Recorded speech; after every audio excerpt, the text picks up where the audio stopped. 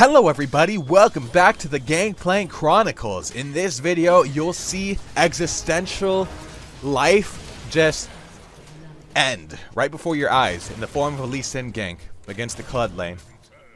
A Kled lane. I feel like I did not pronounce Kled properly there, so what did I do? I went back and retraced my steps and created a beautiful child of words. Plural, yes. A word is child. W-O-R-D-Z, child. C-H-I-L-Z. Yes, indeed. At this point in time, I was aware of the map and the fact that we had teammates going in on Twisted Fate. And so what I did was I tried to ult, and in the end, it did nothing. Here I'm extraordinarily strong, because Kled has been leaving lane. However, I don't know if that's a good thing. Twisted, what do you do? Twisted Fate, I'm Gangplank. I am Gangplank. I have oranges, hear my oranges roar. Alright, anyway, that's neither here nor there. What is here and there is maybe I shouldn't be ahead of this far ahead of the enemy laner, you know? Maybe I'm only this far ahead because he's doing a lot better at impacting the map, and I'm just doing a lot better at single-player League of Legends. I'm gonna kill this minion. I'm gonna kill this one. And then I'm gonna kill this minion. I have a golden experience advantage. I guess what I hope for when I stay in lane as an enemy roams is that he's not going to be able to achieve greatness. You know, he's not going to be able to grant him and or his team a Lee Sin. Good to see you. Have a good day. You're level 7. I'm 12. What are you doing? What are you thinking?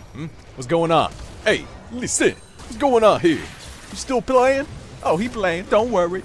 He just a little bit down in the depths. And indeed, a pre-20 minute surrender. I threw up the white flag on that one. Indeed. Unfortunately, Wukong ate my barrel with his fist of fury. And you know what that means for me, good viewer, dear viewer? It means that I die to the gank. But that is fine. Of course it's fine. It teaches me a little bit about being more aware of ganks. All I'm doing here is giving up a little bit of CS to stop Wukong's base. And you know why that's a good thing? You know why that works in your favor? Because Wukong had a massive amount of minions built up, okay? So he just wanted to get on out of there and get back as quickly as possible. And the reason for that is that his big amount of minions is going to kill my minions really fast. So he's losing experience in gold at a rapid rate. So the longer it is until he can get back, the better it is for I, said the bear. This is an interesting situation because I'm Gangplank and I'm really strong right now, right? Because I didn't leave lane for some reason. I don't think that's something I should be proud of, but it is something that happened. I guess in some weird way I am proud of it, you know, now that I think about it. I'm consistently getting these massive leads over my lane opponent, and their hope of catching up is to try to make a play somewhere else. I feel like that is an unreliable thing to do. I feel like that's, you know, they talk about like high risk or whatever. That's trying to impact the map on such an important level where if you succeed, you're even with me, and if you don't, then you're far behind. That's a problem, I think. That's a inconsistent play. It's a high risk play. But in the end, it might be the right play. Because I don't really know what I'm doing up here in the top lane, right? I just know that what I'm doing is getting wins at my current rank. That's it. You know? So what I'm hoping for, which is I guess a weird thing to hope for, but anyway, what I'm hoping for is to get to a rank where the lane becomes hard. Because I'm not challenged in the lane. At all, ever. Okay, maybe 1 out of 10 games. It's like a hard lane, you know? No, you know what? A little bit more than that. Because now that I think of it, when I'm dying to jungle ganks, that's something that I should be learning from, you know? It's not just all about being ahead in the lane against your laner. It's about playing the lane smart, and that's one way I could learn to play the lane smarter, dude. You know what I'm talking about? You know what I'm talking about? You know what I'm talking about? Hey, do you know what I'm talking about? Oh, man. I got so close to stealing that Baron. Oh, man. Why'd he put that clip in the video if he didn't even steal the Baron? What's this guy doing? What's this guy thinking? What's this guy having for lunch? I'd like to join him. Sandwiches, maybe. What's your favorite restaurant in the city? Oh, really? I've had many margaritas there. Shyvana's one tanky mama jamma. And there's nothing we can do to stop her from being a tanky mama jamma. However, we can attempt to escape the Vayne. And in the end, get just lucky enough to do it. Which is good for us and bad for the enemy, though at the same time it's kind of neutral for the enemy because Vayne did not have to kill me there. All she had to do was get me low health so that I could not join the next ensuing team fight. Which happened shortly afterward, indeed, and I was still in the base, healing my health bar back to its glory days. Oh, so that was a nice journey. Also a nice journey, barrels and missing them.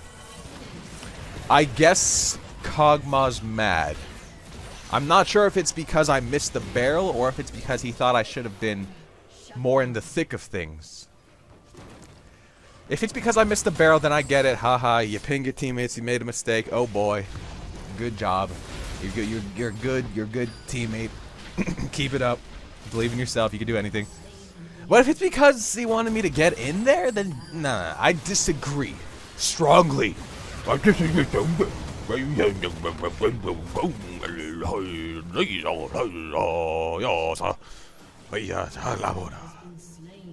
You know what I mean? I feel like I've made it abundantly clear what is the meaning of what I just said. For example, that Vladimir play, he made it abundantly clear about how he feels about this game. And that is unfortunate because we have really good scaling. Really good. You know? Vlad can get to the point where he just one-shots Vayne. And Vayne's going to be their damage, right? Eventually, we're going to have the damage to deal with Shyvana. She's just going to become like a little bit of annoying beef wall, aka wall of beef. But Vayne's not going to be a problem, right? Sure, Vayne has the damages. She brings the damages to the battle. But you know who else brings the damages? Friggin' Vladimir, dude. And he has enough to just flat out one-shot her. But in the end, he wasn't feeling it. So he decided we're going to the next game and there's nothing that my team could say about it. And that's just part of the game. It's part of life, man. It's part of existence. Here, what am I doing here? I don't know. Maybe I'm just letting Kindred get free damage on me.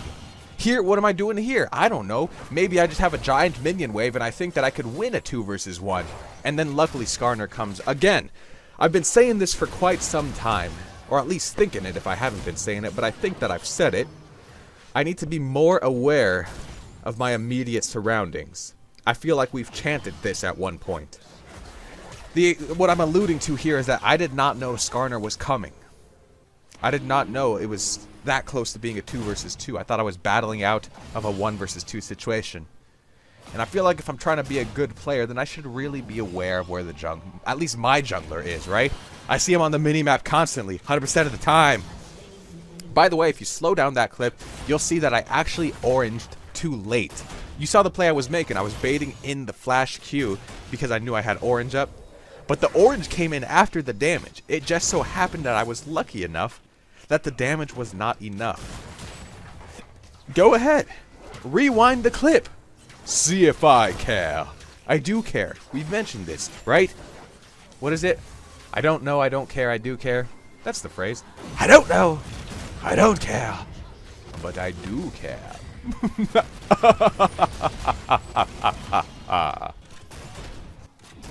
Anyway, Gangplank vs Nasus. You're seeing right now how that lane goes. I Q him, and I Q him, then I Q him, and I Q him. And what does he do? Not much. He just sort of eats the cues and then eventually gets slowed by a barrel if he ever steps up far enough. So, you know, blast of a lane for Gangplank, and just an unfortunate day in the life of a Nasus player, but that's okay. And you know why that's okay? Because one day, I hope to get to, say it with me, I hope to get to the rank where I am challenged in lane. Like, I feel like gosh, how can I say this? Like, a 1,000 ELO higher Nasus, if I was laning against that, then that Nasus would have done a lot better. Would have challenged me to even beat him. He may have even beaten me in lane because he might know how to play the matchup in such a far superior level. You know, I think this is my first time against Nasus as GP. So do I know how to play the matchup? I mean, I can infer some things about how Nasus works, the abilities that I have, and I can use that to sort of say, I guess I just kind of Q him. And then if he builds armor, maybe I do something else, depending on how far ahead he is or how far ahead I am. But other than that, I mean, the specifics of the matchup and the mechanics, hooey, I don't even know what they're talking about there, but I'll still give it all for better talking about like doing and more better giving it the blade and the taking out and Wukong or not with a good old fashioned dark binding, which is good for us. And bad for the enemy. Also bad for the enemy is that now I'm a 6-0 Gangplank. Hey, what can I say? What are you doing? What are you having for brunch? What do you have for dinner? And really, at this point, I'm curious. What are you having for brunch? And what are you having for dinner? In that order. Don't have anything in between. Lunch is a lie. Dinner is a fake. And of course, breakfast is a fluke. Most important meal of the day. How about this? Most important meal of the... And then you just... That's it. You leave it open-ended. As an open-ended conundrum for the viewer to interpret. It's like a movie ending where you don't know exactly what it means. Open to interpretation, right? So that's what we gotta say here on the Dakota Meatballs YouTube channel. We still come up with slogans, do not worry, and do not fear.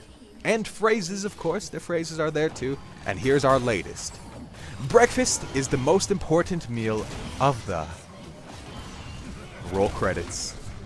That's it, baby. Man, is that a $1 billion idea if I've ever heard of one. And I haven't. Actually, I have, right? Microsoft? Yeah. Google? Maybe, probably, definitely. Maybe, probably, definitely. Maybe, probably, and definitely. The trifecta. It's the Three Musketeers. Oh no, we three kings. Maybe, king probably, and king definitely. Oh boy, everybody. Oh boy.